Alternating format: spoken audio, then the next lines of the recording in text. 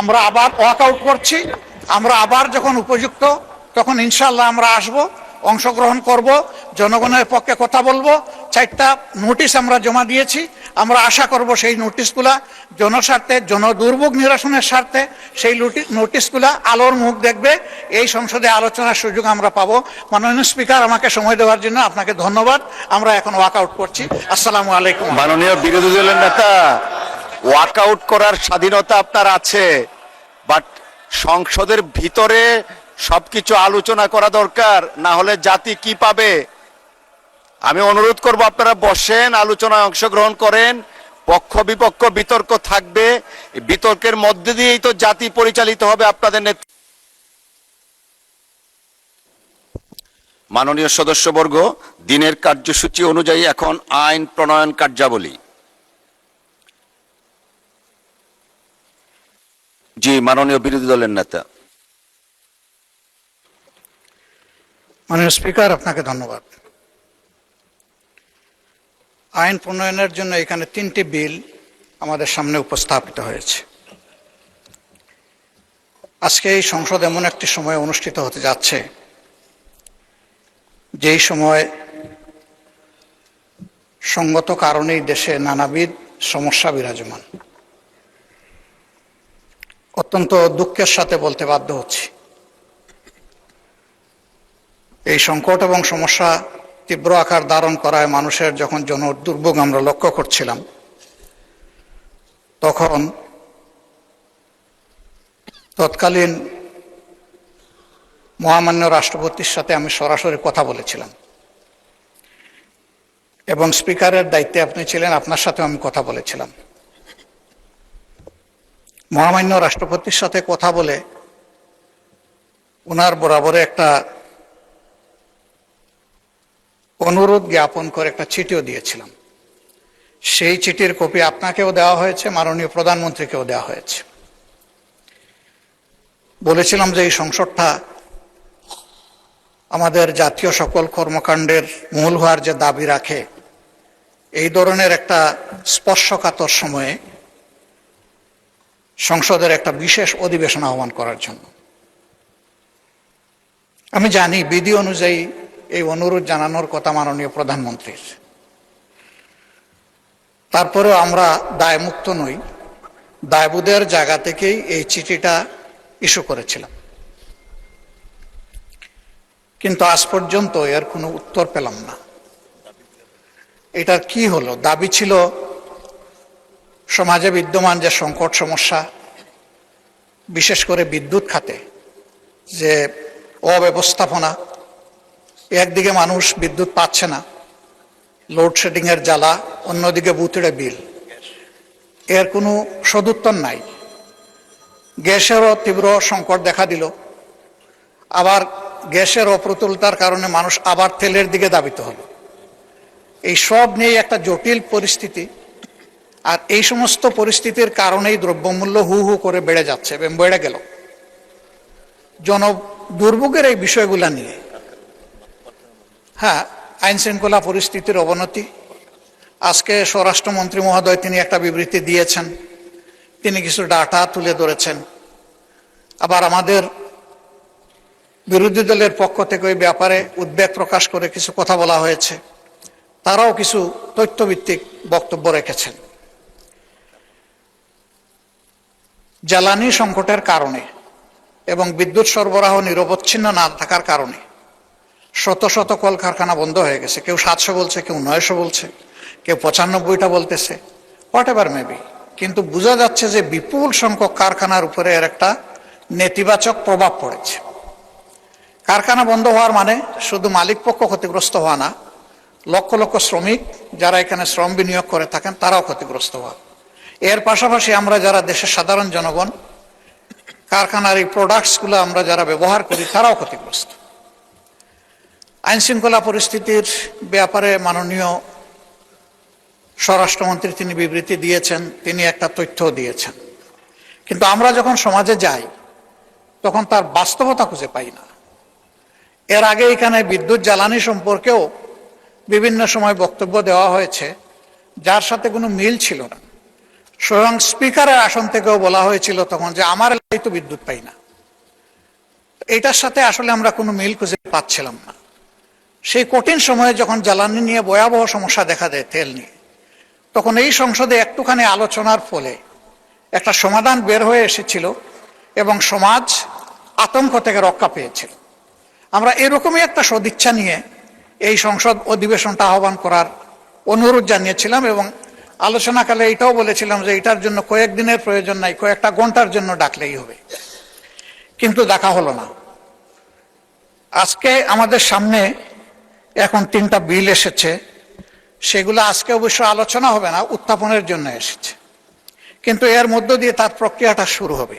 মাননীয় স্পিকার, আমাদের এই সংসদটা আমরা সবাই বলে আসছি যে এটা গতানুগতিক কোনো সংসদ না, এটা ভিন্ন ধর্মী একটা সংসদ এবং 24-এর রক্তের উপর দাঁড়িয়ে থাকা একটা সংসদ। আশা ছিল যে সংসদের সূচনা থেকেই আমরা একটা ফ্রেশ স্টার্ট করতে পারবো দেশের জন্য, জাতির জন্য নতুন একটা সূচনা হবে, পরিবর্তনের একটা সূচনা হবে।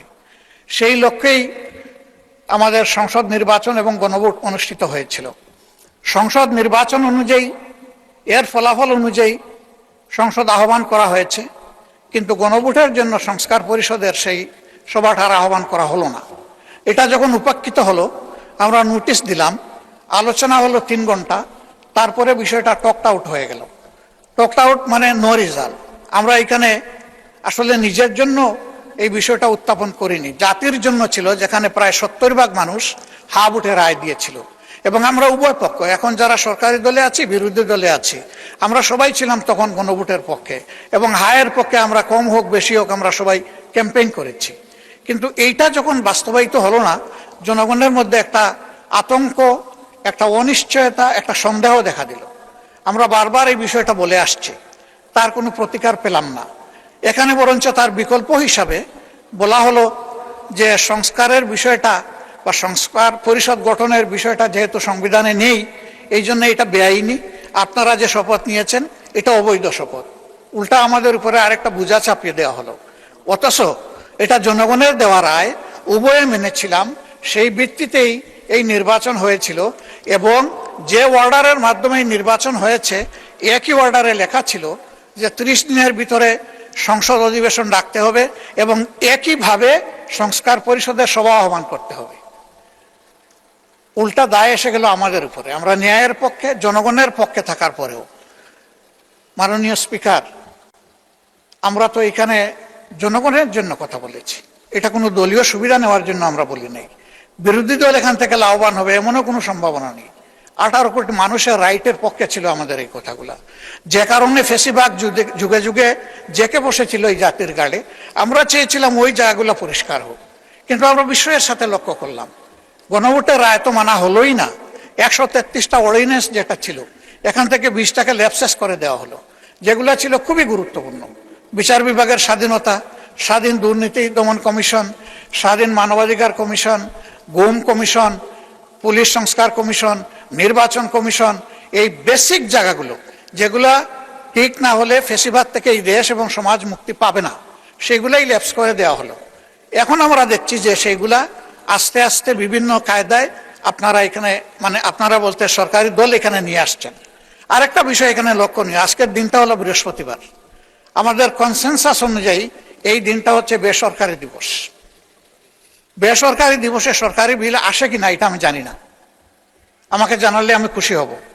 আজকের দিনটা হলো বেসরকারি সদস্যদের জন্য। হ্যাঁ, বেসরকারি সদস্য বিরোধী দলেরও হতে পারেন, সরকারি দলের হতে পারেন, মন্ত্রীদের বাইরে যারা আছেন তারা সকলেই আমরা বেসরকারি সদস্য। আমরা সেই বিল আনতে পারি এবং পেন্ডিং অনেকগুলা বেসরকারি বিল আছে, সেই বিলগুলো আজকে না এনে আমি মনে করি যে এখানে অধিকার ক্ষুণ্ণ করা হয়েছে এবং আজকে এখানে যেভাবে সরকারি বিল উত্থাপন করা হচ্ছে এটা বোধহয় কোনো ভালো নজির হবে না। হ্যাঁ, স্পিকারের জুরিসডিকশনের জায়গা থেকে যদি কিছু করার থাকে সেটা আমরা জেনে নেব, কিন্তু আমরা এটাই জানতাম যে বেসরকারি দিবসটা বেসরকারি সদস্যদের জন্য। এই সব কিছুতে আমরা দেখতে পাচ্ছি যে সংসদকে ঠেলে একতরফাভাবে এক পেশে করে নিয়ে যাওয়া হচ্ছে। আমরা নীতিগতভাবে এই ধরনের বিলে আমরা অংশগ্রহণ করতে চাচ্ছি না। আমরা আশঙ্কা করছি যে এর মাধ্যমে সংস্কারের যে মূল দাবি সেইটাকেই চাপা দেওয়া হবে, তা আমরা সেই চাপা দেওয়ার পক্ষে নাই। আমরা সংস্কারের মূল দাবির পক্ষে জোরালো এবং স্পষ্ট অবস্থান আমাদের। আমরা এখান থেকে সরিনি। আমাদেরকে অফিসিয়ালি নন অফিসিয়ালি এই পার্লামেন্টের ভিতরে এবং বাইরে অনেকবারই অনুরোধ করা হয়েছে যে সংবিধান সংশোধনের কমিটিতে আসেন। একটা কমিটি এখানে পাশ হয়েছে, আমাদের প্রতিবাদ ছিল, আমরা অংশগ্রহণ করি নাই, সব ঠিক আছে। ওইটা পাশ হয়েছিল সংবিধান সংশোধন কমিটি নামে। পরে আমরা যখন বললাম যে সংবিধান সংশোধন কমিটি নামে কোনো কমিটি হওয়ার কোনো বিধান নেই, আমরা পরে শুনলাম যে এটার আগে একটা বিশেষ শব্দ বসানো হয়েছে। সেই বিশেষটা এখানে পাশ করা হয়েছে কিনা আমি জানি না। একটা কমিটি যদি আসলে এই হাউস থেকে পাশ করানো হয় তাহলে তার প্রত্যেকটি অক্ষরও এখান থেকে পাশ করাতে হবে, সেটা তো হয় না। ওইটার পক্ষে আমরা ছিলাম না, এটা বড় কথা না। আমি বলছি যে এখানে প্রসিডিওরটাও মেনটেন করা হয়নি। মাননীয় স্পিকার, এই সমস্ত বিষয় বিবেচনায় নিয়ে এখন যে বিষয়টা আপনি উত্থাপনের দিকে যাচ্ছেন, আমরা যেহেতু এই আলোচনায় বৃহৎ স্বার্থে আমরা পুরা সংস্কার চাই, আমরা গণভোটের বাস্তবায়ন চাই, এবং আমরা এইভাবে খণ্ডিত কোনো প্রসেসের অংশ হতে চাই না। এই জন্য আমরা এখন আর এই আলোচনায় আমরা অংশগ্রহণ করব না। এই পর্বে আমরা সংসদ থেকে বিদায় নিচ্ছি। আমরা আবার ওয়াক আউট করছি। আমরা আবার যখন উপযুক্ত তখন ইনশাল্লাহ আমরা আসব, অংশগ্রহণ করব, জনগণের পক্ষে কথা বলবো। 4টা নোটিশ আমরা জমা দিয়েছি। আমরা আশা করব সেই নোটিশগুলা জনস্বার্থে, জনদুর্ভোগ নিরসনের স্বার্থে সেই নোটিশগুলা আলোর মুখ দেখবে। এই সংসদে আলোচনার সুযোগ আমরা পাবো। মাননীয় স্পিকার, আমাকে সময় দেওয়ার জন্য আপনাকে ধন্যবাদ। আমরা এখন ওয়াক আউট করছি। আসসালামু আলাইকুম। মাননীয় বিরোধী দলের নেতা, ওয়াক আউট করার স্বাধীনতা আপনার আছে, বাট সংসদের ভিতরে সবকিছু আলোচনা করা দরকার, না হলে জাতি কি পাবে? আমি অনুরোধ করব আপনারা বসেন, আলোচনায় অংশগ্রহণ করেন। পক্ষ বিপক্ষ বিতর্ক থাকবে, বিতর্কের মধ্যে দিয়েই তো জাতি পরিচালিত হবে আপনাদের নেতৃত্বে। আমি কিছু বললে তো বলবে যে উনি শিক্ষকতা করছেন, আজকেও বলেছেন। এখন কেউ যদি নিজেকে ছাত্র মনে করে, আমি কি করতে পারি? আমরা ধৈর্য সহকারে এতক্ষণ মাননীয় বিরোধী দলীয় নেতার বক্তব্য শুনেছি। অবশ্যই এটা কোন বিধিতে বলছেন আপনিই বলতে পারবেন। বিরোধী দলীয় নেতা দাঁড়িয়েছেন, সেই জন্য আপনি ফোর্স দিয়েছেন, বিধি টিধি আর জিজ্ঞেস করার প্রয়োজন হয়নি। এটা বিরোধী দলীয় নেতার প্রেরোগেটিভ। ধন্যবাদ। সেটা আমি জানি মাননীয় স্পিকার। আবার জিজ্ঞেস করছেন যে না, এখন আন্ডার দি সান এনিথিং উনি ভুলে গেলেন আর কি, সবকিছু বিষয়ে। তা আমাদের এখন একটা অধিকার দাঁড়ায় এগুলোর একটু জবাব দেওয়ার, তা না হলে রেকর্ডে থাকবে না।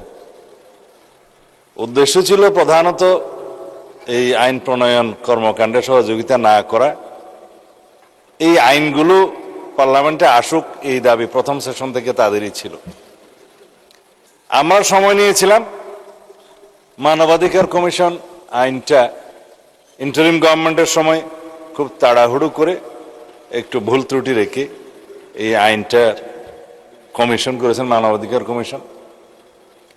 এবং আমরা কথা দিয়েছিলাম যে সবার সাথে আলোচনা করে দেশি বিদেশি সব stakeholder, diplomatic mission, rights bodies এবং ইউএনডিপি সহ সমাজের আমাদের যে হিউম্যান রাইটস বডিজ যেগুলো আছে আমার অর্গানাইজেশন, সবার সাথে কথা বলে সেমিনার সিম্পোজিয়াম করে তারপরে আমরা একটা সুন্দর ইন্টারন্যাশনাল স্ট্যান্ডার্ড এবং ম্যাচিং উইথ আওয়ার কালচার একটা আইন নিয়ে আসবো। সেটা আইনমন্ত্রী যথেষ্ট পরিশ্রম করে কয়েক মাস আমরা সবাই আলাপ আলোচনা করে একটা মানবাধিকার কমিশন আইন আজকে বিল আকারে নিয়ে এসছে। কিন্তু এই বিলের কপি যথেষ্ট আগে সবাইকে সরবরাহ করা হয়েছে।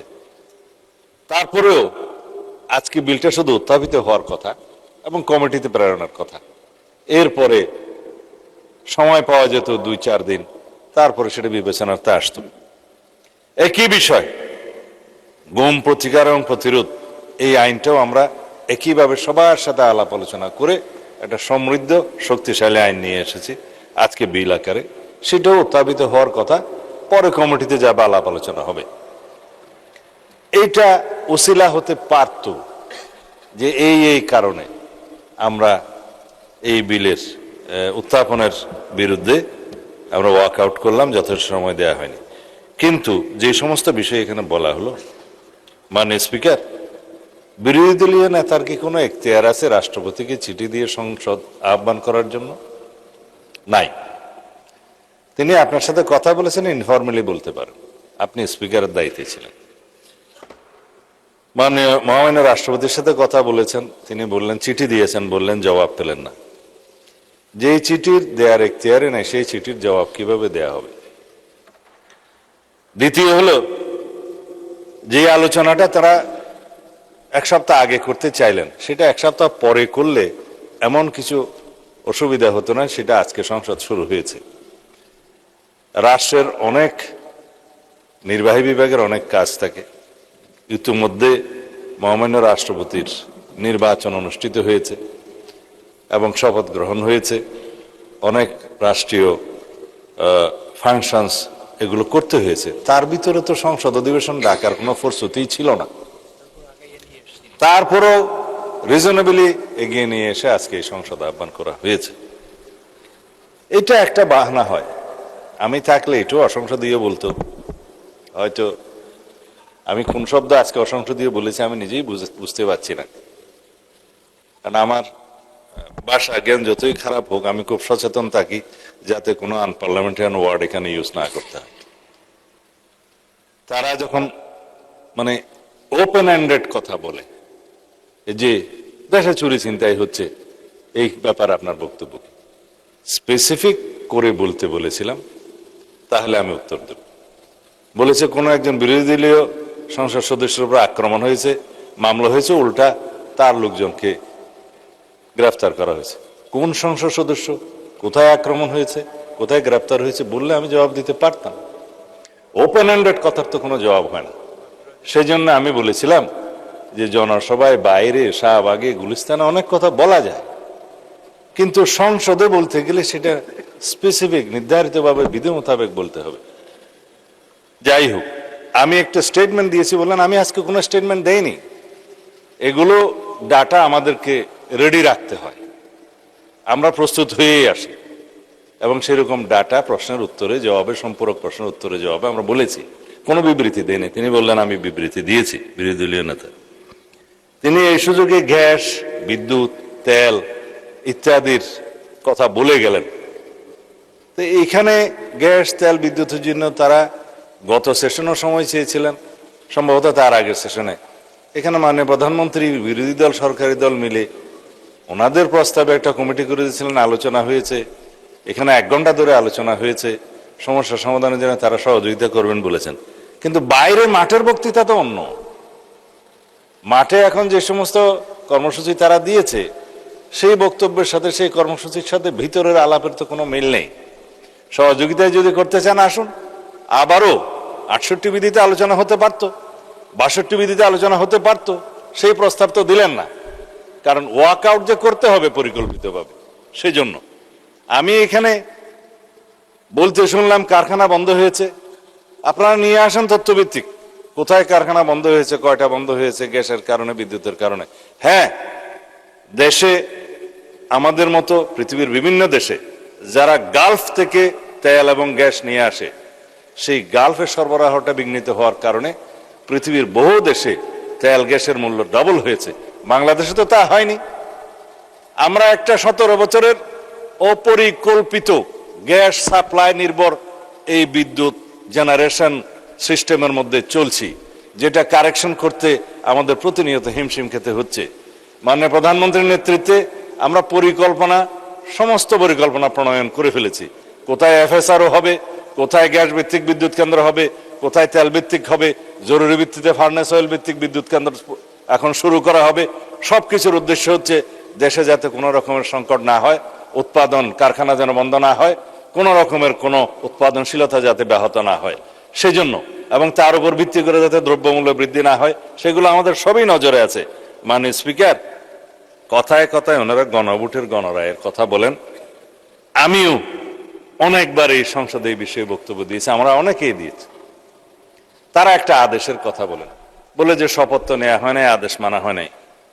মাননীয় স্পিকার, জুলাই জাতীয় সনদ বাস্তবায়নের জন্য 2025-এর সম্ভবত নভেম্বরের 11 বা 13 তারিখ হবে, একটা আদেশ জারি করা হলো।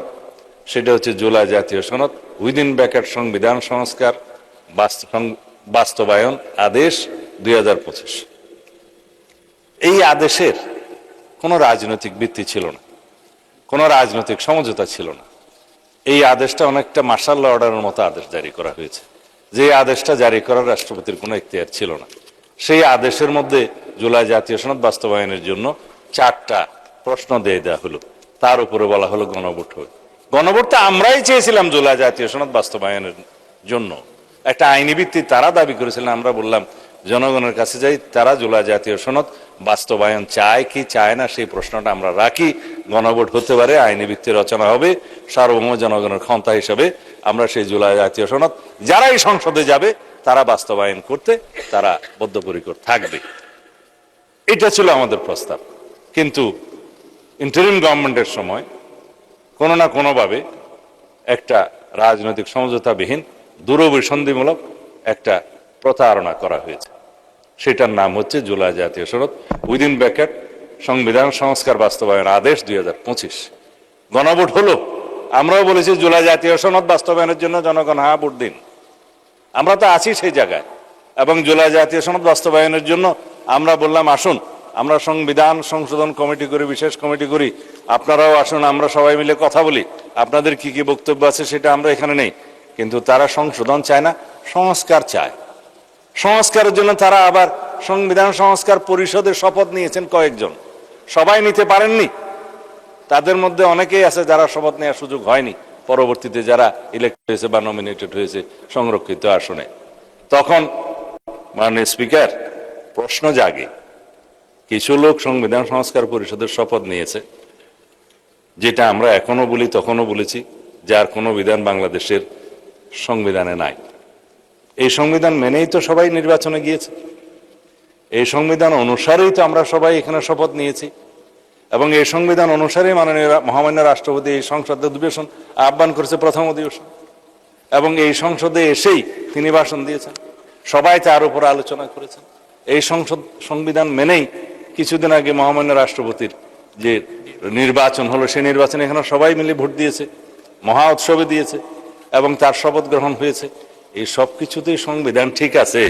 মাননীয় স্পিকার, খালি সংবিধান সংস্কার পরিষদের সদস্য হিসেবে যে অবৈধভাবে শপথ নিয়েছে, এইখানে এসেই তাদের মহাগণ্ডগোল, বাকি সবই ঠিক আছে।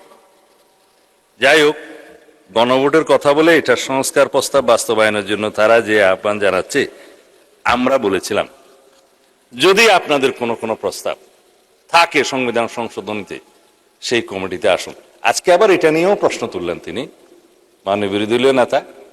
তিনি বললেন এখানে সংবিধান সংশোধনের বিশেষ কমিটি হয়েছে কিনা, বিশেষ শব্দটা লেখা হয়েছে কিনা পরীক্ষা করা দরকার।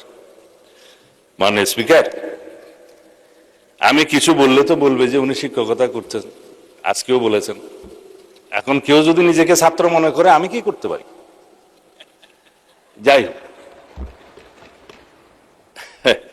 সংবিধান সংশোধন বিশেষ কমিটি সংসদের, এটা যেমন বিশেষ কমিটি, আজকে যেটা সংশোধিত করেছেন আর একটা বিশেষ কমিটি, ওইটাও বিশেষ কমিটি। এই বিশেষ কমিটি গঠনের বিধি তো আছে 266-এ, এবং প্রত্যেকটা বিশেষ কমিটির টার্মস অফ রেফারেন্স ওখানে উল্লেখ থাকতে হবে যে জন্য এই বিশেষ কমিটি করা হলো। সেইখানে টার্মস অফ কন্ডিশন লেখা আছে জাতীয় সংসদের 266 অনুসারে সংবিধান সংশোধনের জন্য বিশেষ কমিটি, তার টার্মস অফ রেফারেন্স হচ্ছে সংবিধান সংশোধনের জন্য রিপোর্ট প্রণয়ন করুন। এখন এগুলো বললে বলবে যে আমি মাস্টারি করছি।